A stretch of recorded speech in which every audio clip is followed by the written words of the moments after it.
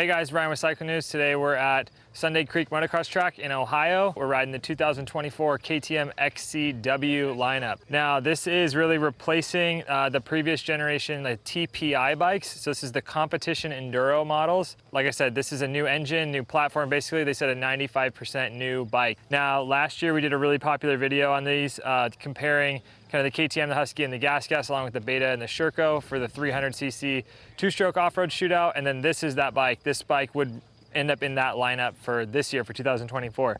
So all new bike. It's got the new chassis, which you saw with all the new 2023 KTM motocross models. So new frame, new swing arm, new shock mount.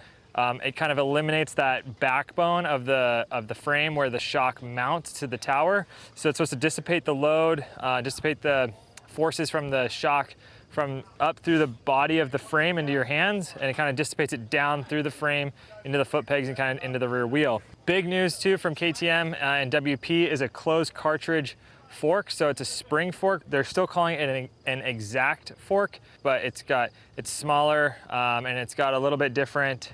It's got different settings. It's obviously not a motocross model or an XC model. And obviously the new bike has TBI, so no longer TPI. This is throttle body injected, so it's fuel injected just like you saw in the SX models and the XC models last year. So there's two different maps. For the two strokes, there's traction control and quick shift on the four stroke.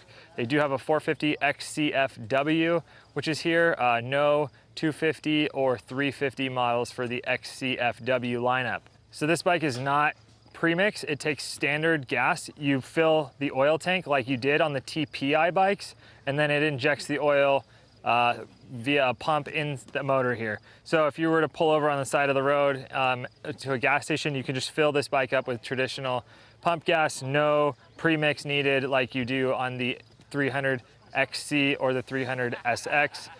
Those are premix bikes. Okay, so why would you buy this bike compared to an XC or compared to an SX or even one of the other models like an EXC in the lineup, right? So these bikes are the competition enduro models. These are gonna be guys that wanna race hard enduro, maybe even the guys that ride GNCC or guys who are like pretty into the off-road or extreme enduro scene.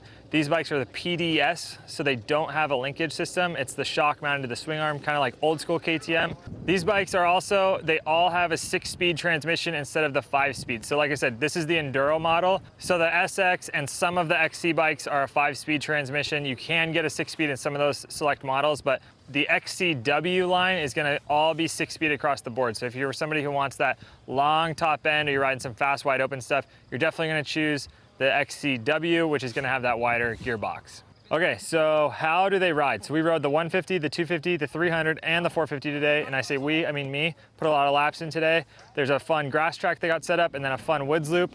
This is the weekend after the John Penton GNCC, and this place was basically underwater, they said. So 150, I don't normally think of a 150 as being a torquey woods bike, but dude, that bike is so fun. It's got a lot of hit on the bottom, and then I basically ran every bike from the XCW lineup in the green map, which is basically the fully open power valve map. It's the aggressive map.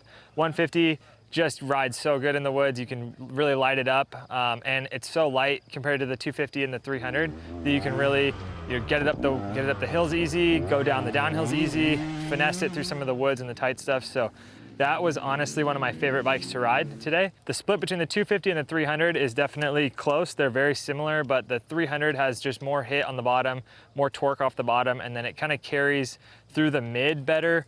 I'd say the 250 might have a little bit better from the mid to top, but the 300 is just, I mean, if I was to buy one bike, you guys know I've said this a bunch of times, KTM 300 is really good. And now that it's so similar to the XC and the SX models, which I've spent a lot of time on, especially on this new chassis, I'm super comfortable with it and I like it personally a lot. And if I was to buy, a 250 or a 300, I'm gonna go with the 300, but obviously for racing conditions, you might wanna stick to the 250 class. You need to ride a 250 instead of the 300. Okay, so this is the new exact fork. It's a spring fork that's replacing the old spring Explore fork, which previously came on this generation bike. So the big difference is this is a closed cartridge system compared to an open cartridge system. And what we've heard and what we felt riding the old bike is just kind of some inconsistencies with, especially if you're on a long ride or a longer race. That old open cartridge system allows the fork fluid to move in and out super fast, and what's happening is that fluid over time builds up and kind of ends up foamy and then gives you an inconsistent feel that isn't good later on in a race or in a long ride. So with this closed cartridge system, there's more consistency with the fork fluid. It's not gonna bubble up and foam like the old open cartridge system did. And what I noticed that riding this bike is it feels like a standard traditional spring fork, maybe on something like a Yamaha or Honda, where it's got nice plushness on the top and then doesn't bottom like in the big G outs at the bottom of the hills, or when you're kind of lofting it over some bumps and dropping it on. On the old fork, you would kind of have that slap down feeling, and I always felt that the initial part of the fork was kind of harsh, and then it would blow through the stroke kind of too fast. So it's inconsistent and then just a harsher feeling. On the TPI bikes, like the previous generation of these, I wasn't a huge fan. I always felt like the initial bump compliance just felt kind of harsh and kind of unpredictable. I could never get it to be perfect every time. Now with this bike, I noticed the slap down, the stuff that I used to not like on the Explorer fork from the previous generation, is kind of not there anymore. The way you can push through bumps and kind of flick it over the roots and rocks and get it into the tight corners. On this new bike, I noticed it was a lot more predictable, a lot more plush on the top, and then had a better push through the stroke. And then I don't think I bottomed any of the forks today. There's obviously not a bunch of big jumps or anything, but as we're going through some of the bumps and the roots and the rocks, it held up really good, and I'm actually really impressed with how it feels. And then obviously the TPI to the TBI. So the new engine, let's talk about how that works. What I noticed is it's a little bit different from, it's not a full-blown SX, how the TBI on the SX was. We spent, like I said, a lot of time on the 300 SX, where that bike's a tried and true motocross platform. The TPI bikes from the previous generation, I was not a fan of. I always felt like it needed to be cleaned out, like it felt like kind of a carb that just needed to be blown out. Obviously it has a really good following in certain areas, just not the stuff that I normally ride, but this bike was a really good blend between the two. I felt like on the 300 specifically and on the 150, it had that really crisp hit from the bottom and then could carry all the way through to the top end. It didn't really feel like it needed to be cleaned out like the TPIs, how I've personally felt the TPIs felt in the past. So I would say it's a nice blend between what the TPI was and what like the motocross SX model is. So it's a nice blend. You kind of get a little bit of both. It's still crisp and fast, but not as sluggish, I'd say, as the old TPI bikes. Okay, and we got one more bike, the 450 XCF-W. Same thing, competition enduro, 4-stroke, 450. Honestly, I didn't even want to ride this bike today because I was having so much fun on the 2-strokes, but I did jump on that bike, and I'm really glad I did because it was super fun to ride. I probably put the most laps on that bike at the end of the day because it was so much fun, so easy to ride. It's kind of what I expected it to feel like. Is kind of like a Honda X or a Honda L. The XCF-W I had a real blast on because it still feels like it has some of that motocross heritage, some of that snappy XC performance, but in the chassis and in a package that's so smooth to ride and so easy, so user-friendly. I put that bike also in the green map, which is the more aggressive map, and I felt like if you had a slip-on that bike, it would really come alive and you could have a really good blend of performance and comfort. It's in the new chassis, so it's slim, it's lightweight, it's easy to move around, it's not as sluggish like as I expected.